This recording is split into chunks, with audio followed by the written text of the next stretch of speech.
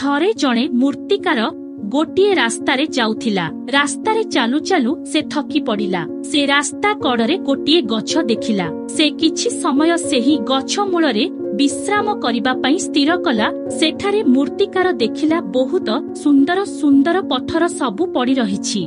मूर्तिकार गोटिए बड़ पत्थर उठाई ताहाकु कहिला, मु तते मोर हातुड़ी ओ बिंधाणी साहाଯ୍ୟରେ एक सुंदर मूर्तिरे परिणत करिदेबी। किंतु सेही पत्थर मूर्तिकारर बिंधाणी ओ हातुड़ीर माड़ सही पारिबनी कही मना करिदेला। सेही पाखरे आउ एक पत्थर पड़िथिला। से पत्थर बिंधाणी ओ हातुड़ीर माड़ सह्य करिबा पई प्रस्तुत होइगला एवं निजको एक मूर्तिरे परिणत करिदेबा पई मूर्तिकारकु कहिला। मूर्तिकार ताहार तीक्ष्ण बिंधाणी ओ हातुड़ी साहाଯ୍ୟରେ पत्थर उपरे प्रहार कला।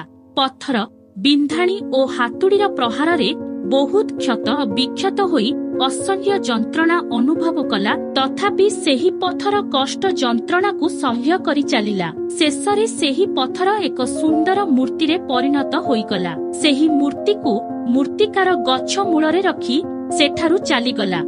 किछि दिन गला परे सेही रास्तारे जाउथिबा बाटोई माने सेही मूर्ति को देखि भगवानक आविर्भाव होइछि भाबी पूजा करिबा आरंभ करिदेले। सेठारे सेही मूर्ति पई एक मंदिर मध्य निर्माण कराहेला।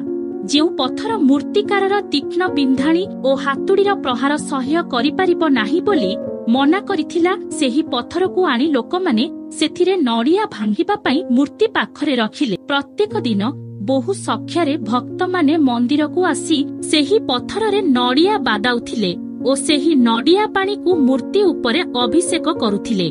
जेउ पत्थर मूर्तिकारर प्रहार को सह्य करि पारि नथिला, सेही पत्थर को सारा जीवन नड़ियार प्रहार सहिबाकू पड़िला एवं जेउ पत्थर मूर्तिकारर प्रहार को सह्य कला ताहा सारा जीवन नड़िया पानी रे अभिषेक होई पूजा पाइला। बंधुगण, आम जीवनटा मध्य एपरी अटे जेमिति सेही दुई पत्थर निकटरे मूर्तिकारर प्रहार सह्य करिबा पई आह्वान आसीथिला ओ गोटिए पत्थर सेही मूर्तिकारर प्रहार को सह्य करि सारा जीवन पूजा पाइला। किंतु आउ गोटे पत्थर जेपरी मूर्तिकारर प्रहार सह्य करि पारिला नाही ओ सारा जीवन ताहाकू नड़ियार प्रहार सह्य करिबाकू पड़िला। ठीक सेहीपरि आम जीवनरे मध्य अनेक आह्वान आसीथाए। सेही आह्वान गुड़िकू आमे सामना करि पारिले आमे जीवनरे उन्नति मार्गरे आगे चालू ओ जीवन सुखमय होई जाए। किंतु सेही आह्वान गुड़िकू सामना न करी एड़ाई देले सारा जीवन कष्ट ओ दुख सहिबाकू पड़िथाए।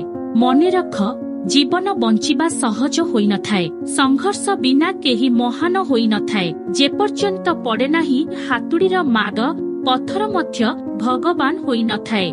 तेणु जीवन रे बाधा विघ्न दुख कष्ट ओ समस्या आसिले बुझी जाओ जे एही सबु आह्वान गुड़िकू सामना करि पारिले तुम जीवन रे परिवर्तन आसीबो ओ तुमे उन्नतिर शिखर रे पहुंची पारिबो।